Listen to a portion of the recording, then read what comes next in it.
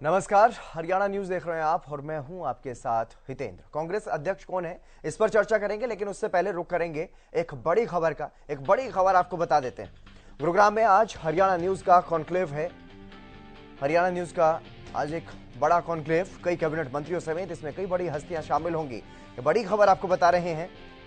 दोपहर 12 बजे से शुरू होगा गुरुग्राम कॉन्क्लेव और इसमें कई हस्तियां शामिल होंगी, जिसमें विधानसभा अध्यक्ष ज्ञानचंद गुप्ता भी इस कॉन्क्लेव में शिरकत करेंगे। कैबिनेट मंत्री मूलचंद शर्मा इस कार्यक्रम में शामिल होंगे और जेल और बिजली मंत्री रणजीत सिंह भी कॉन्क्लेव में शामिल होंगे और इनके अलावा और भी कई बड़े चेहरे शामिल होंगे इस कॉन्क्लेव में। हरियाणा न्यूज का खास कार्यक्रम, हरियाणा न्यूज का गुरुग्राम कॉन्क्लेव आज होगा दोपहर 12 बजे से। यह कॉन्क्लेव शुरू होगा दोपहर 12 बजे से। आप जुड़ सकते हैं हमारे साथ और जरूर देखिएगा। इस कॉन्क्लेव में तमाम जो मंत्री, विधानसभा स्पीकर और जो बड़े चेहरे जुड़ेंगे, उनसे जन सरोकार की बात होगी, जनता की समस्याओं की बात होगी और उनके समाधान की बात होगी। दोपहर 12 बजे से शुरू होगा हरियाणा न्यूज का यह खास कार्यक्रम। हरियाणा न्यूज का गुरुग्राम कॉन्क्लेव आज दोपहर 12 बजे से शुरू हो जाएगा। रवि कालीरमन हमारे संवाददाता हमारे साथ जुड़ गए हैं अधिक जानकारी के साथ। रवि, क्या कुछ पूरी हरियाणा न्यूज के खास कार्यक्रम गुरुग्राम कॉन्क्लेव के बारे में? बिल्कुल हितेंद्र, देखिए हरियाणा न्यूज की तरफ से एक विशेष कार्यक्रम, एक बड़ा कार्यक्रम आयोजित किया जा रहा है। हरियाणा न्यूज एक कॉन्क्लेव आयोजित करने जा रहा है, जिसमें मुख्य तौर पर विधानसभा अध्यक्ष ज्ञानचंद गुप्ता मौजूद रहेंगे। इसके अलावा कैबिनेट मंत्री मूलचंद शर्मा रहने वाले हैं।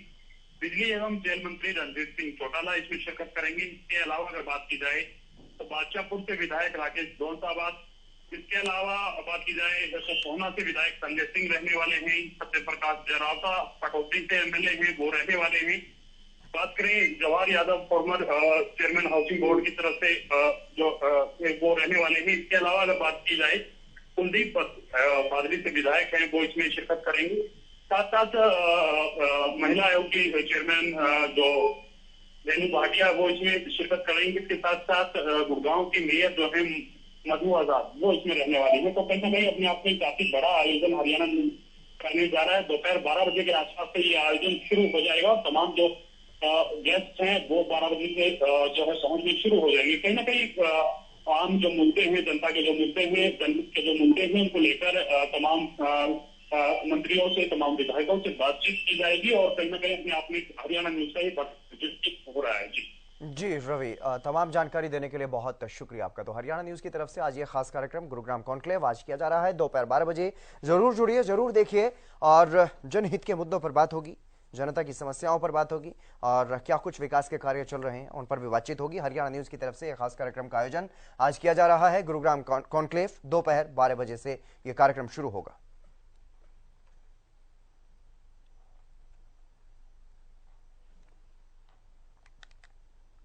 चलिए बात करते हैं आज के मुद्दे की। कांग्रेस का अध्यक्ष कौन, आज क्योंकि नामांकन का आखिरी दिन है और नामांकन कौन कौन करेंगे उस पर भी चर्चा होगी कांग्रेस अध्यक्ष पद के चुनाव के लिए। और इस बीच अब इस चुनाव में मल्लिकार्जुन खड़गे की भी एंट्री मानी जा रही है। बताया जा रहा है कि मल्लिकार्जुन खड़गे कांग्रेस अध्यक्ष पद का चुनाव लड़ सकते हैं। उन्होंने गुरुवार रात को ही सोनिया गांधी से मुलाकात की है और मल्लिकार्जुन खड़गे कर्नाटक से आते हैं और दलित नेता भी हैं, इसलिए उन्हें कांग्रेस आलाकमान का पसंदीदा चेहरा भी माना जा रहा है। उधर मध्य प्रदेश के पूर्व मुख्यमंत्री और राज्यसभा सांसद दिग्विजय सिंह और केरल से सांसद शशि थरूर भी आज अपना नामांकन दाखिल करेंगे। इसके अलावा मुकुल वासनिक, कुमारी सैलजा जैसे बड़े जो चेहरे हैं उनका भी नाम इस रेस में माना जा रहा है। नामांकन वापसी की आखिरी तारीख 8 अक्टूबर होगी। और इस बीच G23 एक ऐसा ग्रुप, कांग्रेस नेताओं का, वरिष्ठ नेताओं का एक ऐसा ग्रुप जो कांग्रेस आलाकमान से खासा नाराज चल रहा था, जिसमें से कुछ नेता पार्टी को अलविदा कह चुके हैं, पार्टी को छोड़ चुके हैं। तो उनमें से भी कोई एक उम्मीदवार जो है वो हो सकता है। हालांकि इसी ग्रुप से आते हैं शशि थरूर, वो आज अपना नामांकन दाखिल करेंगे ही। इसके अलावा भी कोई और भी प्रत्याशी उनकी तरफ से हो सकता है। और वहीं मनीष तिवारी पहले भी चुनाव लड़ने का संकेत दे चुके हैं, तो हो सकता है वो भी आज नामांकन दाखिल कर दें। राजस्थान के सीएम अशोक गहलोत को इससे पहले संभावित उम्मीदवार माना जा रहा था, यहां तक कि उनको मान ही लिया गया था कि वो कांग्रेस के अगले अध्यक्ष हो सकते हैं, लेकिन उन्होंने खुद इस रेस से बाहर होने का ऐलान किया है। जो घटना हुई परसों के रोज 2 दिन पहले, वो घटना इतना हिला के रख दिया हम सबको। मुझे जो दुख है वो मैं जान सकता हूँ, क्योंकि पूरे देश में मैसेज चला गया जैसे मैं मुख्यमंत्री बना जाना चाहता हूँ, इसलिए सब कुछ हो रहा है।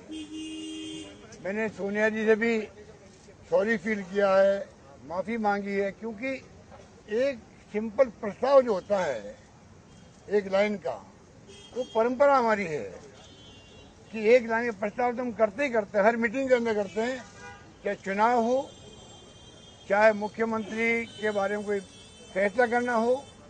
एक फैसला करते वक्त में एक लाइन का प्रस्ताव करने का हमारे यहाँ हमेशा से ही कायदा रहा, आप सबको मालूम है, आप सबको मालूम है। दुर्भाग्य से उस वक्त ऐसी स्थिति बन गई, वो प्रस्ताव पास नहीं हो पाया, क्योंकि मैं सीएम लीडर हूँ, वहाँ पर मुख्यमंत्री हूँ, और मैं उस प्रस्ताव को पास नहीं करवा पाया, कान चाहे कुछ भी रहे होंगे, तो मेरी मॉरल रिस्पॉन्सिबिलिटी है कि एक मुख्यमंत्री होने के बावजूद भी मैं एक प्रस्ताव, एक लाइन का जो हमारी परंपरा है, पहली बार वो परंपरा के अंतर्गत वो प्रस्ताव पास नहीं हुआ। यात्रा पे आप निकल पड़े? नहीं, मेरी यात्रा तो भारत जोड़ो यात्रा ही है। हाँ, फॉर्म भरने के लिए आया हूँ, फॉर्म भर के वापस वहीं चला जाऊंगा। मैं जितने भी सीनियर लीडर्स हैं सबके पास गया हूँ। एंटनी साहब से मैं मिला हूँ, मैं खड़गे जी से मिला हूँ, मैंने अशोक गहलोत से भी टाइम मांगा है, मैंने मुकुल वासनिक जी से फ़ोन पे बातचीत की। वो असल में आज मेडिकल एग्जामिनेशन के लिए अस्पताल गए हुए थे। अंबिका सोमनी जी से मेरी बातचीत हुई, उनके आँख में इन्फेक्शन है तो मिल नहीं पाया, तो मैं सबसे मिल रहा हूँ।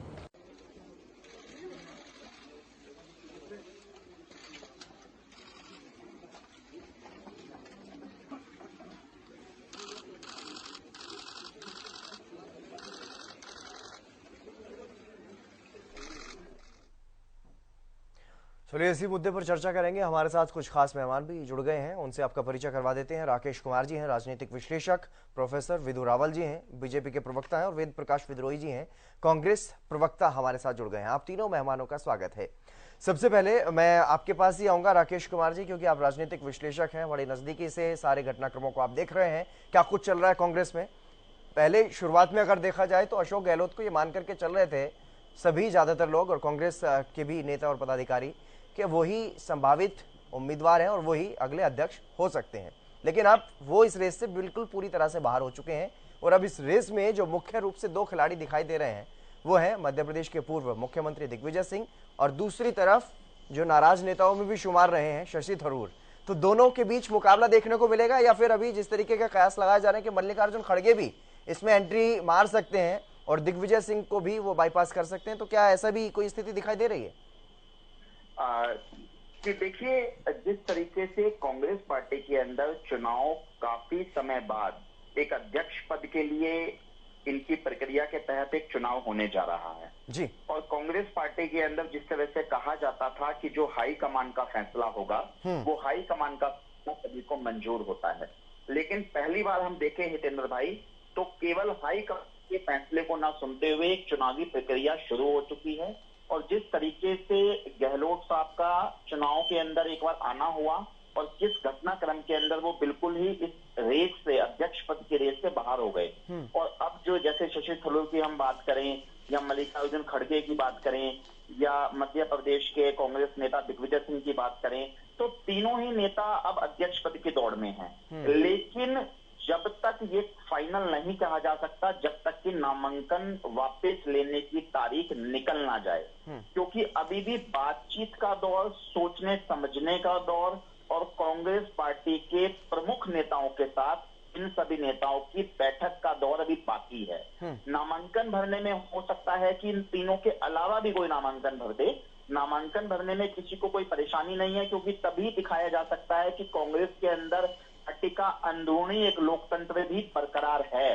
लेकिन ये लोकतंत्र या पार्टी की चुनाव प्रक्रिया तब सफल मानी जाएगी जब एक से ज्यादा कैंडिडेट पर्चा भरे और उस अध्यक्ष पद के लिए प्रॉपर वोटिंग हो, तब ये कहा जा सकता है कि ये अध्यक्ष जो है वो चुन कर आया है। अन्यथा 3 अध्यक्ष पद के लिए अगर नॉमिनेशन हो गया और नॉमिनेशन वापस लेने वाले दिन अगर 2 लोगों ने नॉमिनेशन वापस ले लिया, तो कहीं ना कहीं ये सोचा समझा जाएगा और ये माना भी जा सकता है कि कहीं ना कहीं हाई कमान का हस्तक्षेप अभी भी कांग्रेस पार्टी के अंदर बरकरार है। तो अभी जो हमारी चर्चा है वो बिल्कुल सही है हितेंद्र जी की। हाँ, जिस तरीके से चाहे वो खड़गे साहब हो, चाहे वो शशि थरूर जी हो, चाहे वो दिग्विजय सिंह हो, ये सभी रेस में है, लेकिन कांग्रेस पार्टी के पत्ते तब खुलेंगे जब नामांकन लेने की वापसी की तारीख निकल चुकी होगी। तभी कह पाएंगे कि ये चुनाव भी होगा या बिना चुनाव होते ही अनएक्सपोज भी कोई इलेक्शन जीत सकता है। जी, वेद प्रकाश विद्रोही जी, क्या कुछ चल रहा है कांग्रेस में? क्योंकि अब तक जिन्हें सफलतम मुख्यमंत्री के रूप में देखा जा रहा था, वो अपने आप को नाकाम बता रहे हैं, असफल खुद ही बता रहे हैं। और ऐसी स्थिति में अब अगर बात करें अध्यक्ष पद के चुनाव की, तो क्या कुछ स्थिति आपको नजर आ रही है? हितेंद्र जी, देखते हैं 3 बजे तक कौन नामांकन भरता है। सब स्वतंत्र हैं, किसी को नामांकन भरने से रोका नहीं जा रहा। और जैसे विश्लेषक राकेश जी ने कहा कि भाई 8 के बाद पता चलेगा कौन मैदान में टिकेगा। और यदि मान लो एक उम्मीदवार भी रह गया तो मैं ये नहीं मान सकता कि इसे चुनाव नहीं माना जाएगा। ये तो मर्जी है, किसी को कोई रोक ही नहीं रहा। सभी लोग अपना स्वतंत्रता से नामांकन भर रहे हैं। स्थिति का आकलन तो 3 बजे से पहले कुछ नहीं कहा जा सकता कि कौन भरेगा और कौन नहीं भरेगा। लेकिन कांग्रेस की आंतरिक स्थिति का आकलन तो किया जा सकता है सर, कि कांग्रेस में आखिरकार क्या खिचड़ी पक रही है, किस तरीके की स्थिति बन रही है? कोई खिचड़ी नहीं पक रही, चुनाव हो रहा है। जो देखते हैं चुनाव के मैदान में कौन रहता है और जिसको 9000 डेलीगेट चाहेंगे उसमें किसी एक को चुन लेंगे। इसमें खिचड़ी की क्या बात है? ये तो ओपन चुनाव है जी, कोई भी लड़ सकता है, कोई भी नामांकन भर सकता है। हाँ, बिल्कुल बिल्कुल। प्रोफेसर विधु रावल जी, किस तरीके से देख रहे हैं? क्योंकि मुख्य विपक्षी दल है एक तरीके से कांग्रेस को अगर देखा जाए, और बीजेपी के भी कई वरिष्ठ नेता इस बात को लेकर के चिंता जाहिर कर चुके हैं कि विपक्ष का पहिया अगर कमजोर हो रहा है तो लोकतंत्र की स्थिति बिगड़ सकती है। तो ऐसे में लोकतंत्र में दोनों जो पक्ष और विपक्ष है, दोनों पहिया मजबूत होने जरूरी है। और ऐसे में कांग्रेस में जो चुनाव से पहले जो हंगामा देखने को मिल रहा है, उससे क्या लग रहा है आपको? हितेंद्र जी, आपको नमस्कार और आपके माध्यम से आपके सभी दर्शकों को नमस्कार, अपने साथी प्रबुद्ध पैनलिस्ट को नमस्कार जी। मुझे इको आ रही है, प्लीज इसको फिक्स करवा दीजिएगा। जी जी। देखिए, आपके सवाल के 2 भाग हैं। पहला तो आपने मुझे स्थिति का आकलन करने के लिए कहा। यद्यपि मैं कांग्रेस का सदस्य नहीं हूं और कांग्रेस से दूर दूर तक कोई सरोकार नहीं रखता हूं, फिर भी आपने स्थिति का आकलन एक इंडिपेंडेंट, वो जरूरी है सर आपके लिए, क्योंकि आप विपक्ष में हैं। राजस्थान में आप विपक्ष में हैं, छत्तीसगढ़ में, जहां दोनों जगह कांग्रेस की सरकार है। और दूसरा भाग आपका यही था कि विपक्ष की महत्ता क्या है, विपक्ष का क्या कितनी उपयोगिता है और विपक्ष कितना मजबूत होना कितना आवश्यक है।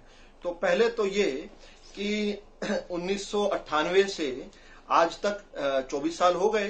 सोनिया गांधी जी को इस महान भार को उठाते हुए, अकेले इस महान भार को उठा रही थी, बीच में थक गई थी, तो 2 साल के लिए राहुल गांधी जी को ये भार उठाने को कहा था। उन्होंने भी एक नायाब रिकॉर्ड बनाया था, केवल 2 साल के अंदर अंदर 35 चुनाव हारने का। उसके बाद अंदर से आवाज आई, जैसे पहले आवाज आई थी कि माँ को हटाओ बेटे को लाओ, तो फिर कांग्रेस से ही आवाज आई कि बेटे को हटाओ माँ को लाओ। तो अब माँ और बेटा दोनों जो हैं, इस प्रकार की बात सुनने में आ रही है कुछ दिनों से कि भाई अब अंत तो गत्वा ये जो वाड्रा खानदान है, इससे शायद कांग्रेस अध्यक्ष पद जो है वो मुक्त हो जाएगा। लेकिन एक बड़ी दिलचस्प स्थिति है, आपने जो रिपोर्ट की उसी में से बात निकल कर आ रही है कि जो भी नामांकन करने जा रहा है वो पहले माता सोनिया के पास माथा टेक कर आ रहा है। यानी माता सोनिया की अनुमति के बगैर तो कोई नामांकन भी नहीं कर सकता। तो फिर यह मुक्ति अधूरी है, ये एक आई वॉश है या क्या है? मैं एक बाहर का व्यक्ति हूं, मुझे बहुत ज्यादा कांग्रेस के अंदरूनी मामलों का ना पता है ना जानने में दिलचस्पी है। लेकिन आपने क्योंकि स्थिति का मुझे टिप्पणी करने के लिए कहा, तो मुझे तो ये समझ आ रहा है कि किस प्रकार का लोकतंत्र है। कुछ लोगों ने आवाज उठाई कि हमें डेलीगेट्स का एक बार बताइए, कौन कौन है डेलीगेट्स। कहा नहीं, जो नॉमिनेशन करेगा वही डेलीगेट्स देख पाएगा। ये ऐसे है जैसे इलेक्शन कमीशन ऑफ इंडिया कह दे कि वोटर लिस्ट नहीं दिखाएंगे, और कब तक नहीं दिखाएंगे? जब तक आप जो है एमएलए पद के लिए या सांसद पद के लिए खड़े नहीं होंगे, तब तक आपको वोटर लिस्ट भी नहीं देंगे। तो उसके बाद, और वोटर लिस्ट तो बाद में मिलनी थी, आपका नामांकन भी तब होगा जब आप सोनिया माता के यहां पर जाकर उनको वंदे माता रोम कर आए। रोम की माता वंदे माता रोम कर आए। लेकिन मैं इससे ज्यादा एक बात को समझता हूं, मैं देखता हूं कि किस प्रकार से लोकतंत्र के नाम पर लोकतंत्र का कत्लेआम आज तक किया जाता रहा है कांग्रेस पार्टी द्वारा, और इस पर लंबी बात हो सकती है किस प्रकार से कांग्रेस में लोकतंत्र का सरेआम जो है गला घोटा गया। हमने देखा कि किस प्रकार देश की आजादी जब हुई उस समय 15 में से 13 लोग जो हैं वो चाहते थे कि सरदार पटेल इस देश के प्रधानमंत्री बने, लेकिन और उन्होंने वोट किया पटेल साहब के लिए, लेकिन उसके बावजूद भी जिस व्यक्ति को एक भी वोट नहीं मिला था, लोकतंत्र का गला घोटकर वो जवाहरलाल नेहरू इस देश का प्रधानमंत्री बन बैठा। विदुर रावल जी, मैं इतिहास की लंबी बहस में तो नहीं जाना चाहता, लेकिन मैं इसलिए इस बात पर आपसे टिप्पणी मांग रहा था क्योंकि 2 राज्य जहां पर कांग्रेस सत्ता में है वहां पर मुख्य विपक्षी दल आप हैं और चुनाव वहां पर नजदीक है, तो ऐसे में क्या कुछ स्थिति आपको नजर आती है? क्या वहां पर आपको कांग्रेस मजबूत होती हुई नजर आती है? बहरहाल मैं राजनीतिक विश्लेषक राकेश कुमार जी का रुख करूंगा। राकेश कुमार जी, क्या कुछ जितेंद्र जी, दोनों राज्यों की जनता जो है, दोनों राज्यों की जो जनता है हितेंद्र जी, वो कांग्रेस से बुरी तरह त्रस्त है और उनको पहला अवसर, पहला चांस जो मिलेगा उसी में इनकी छुट्टी कर देंगे। पहला अवसर जो है और ढूंढ रही है, और ये हम देख रहे हैं इनकी किस प्रकार से सिर फुटअव्वल हो रहा है, चाहे वो अशोक गहलोत और सचिन पायलट के बीच में हो, चाहे टीएस देव और भूपेश बाघेल के बीच में छत्तीसगढ़ में हो, जबरदस्त सिर फुटअव्वल है। क्योंकि सत्ता लोलुपम तरुण लज्जा, जो पावर है, जो सत्ता है, that is the only glue that holds the Congress together. तभी हम बिल्कुल यही सिर्फ फुटअव्वल से बाहर गए, यही सिर्फ फुटअव्वल इन राज्यों में बीजेपी में भी दिखाई देता है, उस पर भी चर्चा करेंगे। राकेश कुमार जी, नहीं है, नाम बताइए सर। प्रोफेसर विदुर रावल जी, अगर दूसरे पर सवाल उठा रहे हैं तो अपने आप बचने की कोशिश मत कीजिए। नहीं, देखिए, राजस्थान में साफ तौर पर केंद्रीय गृह मंत्री अमित शाह का जो दौरा हुआ उसमें यही संदेश देने की कोशिश की गई कि जो आपस में गुटबाजी बीजेपी में चल रही है उसको कम से कम खत्म किया जाए। लेकिन मैं इस पर राकेश कुमार जी का रुख जानना चाहूंगा। राकेश कुमार जी, आपको क्या कुछ स्थिति नजर आती है? क्या अब जबरदस्ती बैलेंस कर रहे हैं? नहीं विदुर रावल जी, मैं तुलना नहीं कर रहा हूं एक दूसरी पार्टी की, लेकिन आपस में कुछ ना कुछ खींचतान जरूर है, तो इसलिए मैं ये बात कह रहा हूं। और इस पर ज्यादा बता देंगे आपको राकेश कुमार जी, नहीं है इस पर ज्यादा बता देंगे आपको राकेश कुमार जी। राकेश कुमार जी, क्या कुछ स्थिति है दोनों राज्यों की, और अब जो चुनाव होगा, क्योंकि भारत जोड़ो यात्रा चल रही है और इस बीच ये आरोप अब साफ तौर पर अशोक गहलोत पर लग रहा है कि भारत जोड़ो यात्रा की सफलता के बीच अब अशोक गहलोत ने ये जो बखेड़ा खड़ा किया है, और वो खुद भी इस बात को लेकर के अपने आप को असफल बता चुके हैं, तो ऐसे में राजस्थान की खासतौर पर क्या कुछ स्थिति रहेगी? और आने वाले चुनाव में जो ये अध्यक्ष पद का चुनाव हो रहा है, अब अगर इसमें कोई भी अध्यक्ष बनता है तो उसके बाद क्या मजबूती राजस्थान कांग्रेस में देखने को मिल सकती है?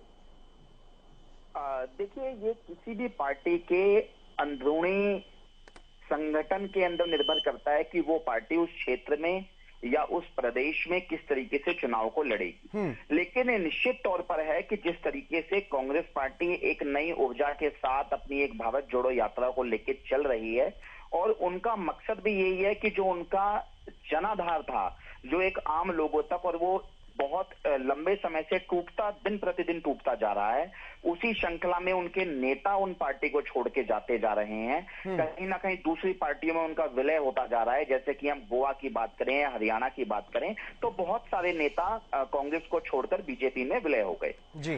लेकिन राजस्थान के चुनाव में या बाकी प्रदेशों में जो चुनाव होने हैं, उनको मद्देनजर रखते हुए मेरा मानना यह है कि कांग्रेस पार्टी अपने संगठन को भी मजबूत कर रही है, और कांग्रेस पार्टी को शायद ये फायदा मिलेगा कि इस पूरे के पूरे जो संगठन का चुनाव होगा, जितने भी लोग इस तरीके के हैं जो पार्टी को छोड़ना चाहते हैं, चाहे वो बहुत बड़े नेता हों या वो छोटे स्तर के नेता हों, वो सभी छोड़ चुके होंगे। तो चुनाव के समय में केवल वो व्यक्ति बचेगा एक पार्टी के पास, कांग्रेस के पास, जो कि खुद उसी की विचारधारा या उसी के साथ मिलकर चलना चाहता हो। लेकिन निश्चित तौर पर यह है कि कांग्रेस पार्टी के पास अब खोने के लिए कुछ बचा नहीं है, क्योंकि मैक्सिमम स्टेट्स इनके पास से जा चुकी हैं। जो स्टेट्स इनके पास हैं या जिन स्टेट्स में ये चुनाव लड़ रही है, तो इनको कुछ ना कुछ गेनिंग ही होगा, इनको कोई ना कोई लॉस होने की बात अब नहीं रह गई है। जी बिल्कुल बिल्कुल बिल्कुल। एक वक्त की थोड़ी सी कमी है राकेश जी, वक्त की थोड़ी सी कमी है। मैं आखिरी कमेंट ले लेता हूँ वेद प्रकाश विद्रोही जी से। वेद प्रकाश विद्रोही जी, एक तरफ कांग्रेस ये दम भर रही है, छत्तीसगढ़ की बात नहीं करूंगा, सिर्फ राजस्थान की, कि राजस्थान में इस बार जो चला आ रहा है कि एक बार बीजेपी एक बार कांग्रेस, वो परिपाटी टूट जाएगी और कांग्रेस एक बार फिर से रिपीट करेगी। लेकिन जो मुख्यमंत्री खुद को असफल बता दे, खुद को नाकाम बता दे, तो ऐसे मुख्यमंत्री से कैसे उम्मीद की जा सकती है? देखिए, मुख्यमंत्री ने किस विषय में नाकाम बताया है? उन्होंने कहा कि प्रस्ताव हम पास सर नहीं नाकाम करवाते। किसी भी विषय में हो, लेकिन नाकामी का होता संदेश, है भी। नाकामी सर, ये का तो होता संदेश है। चुनावों पर पड़ता है। अरे पड़ता है, आप सुनिए ना। आपने भी उनका रूपानी जी का बयान नहीं पढ़ा कल? उन्होंने कहा कि मुझे रात को हटा दिया और मुझे आज तक नहीं पता चला मुझे क्यों हटा दिया। ये तो होता ही है, ये तो तो उत्तराखंड में जो भी ऐसे ही हुआ, लोकतंत्र- ये तो उत्तराखंड में भी ऐसे ही हुआ। लेकिन आपकी तरफ से, आपके आला कमान की तरफ से ऐसा कोई सख्त संदेश लेकिन कभी जाता बगावत हुआ नहीं दिखाई की नहीं किसी दिया। हाँ, किसी ने बगावत नहीं इसलिए की। नहीं की ना जी। कि सत्ता की चाशनी अभी आपके पास है। आपके पास ईडी, सीबीआई, एनआई है।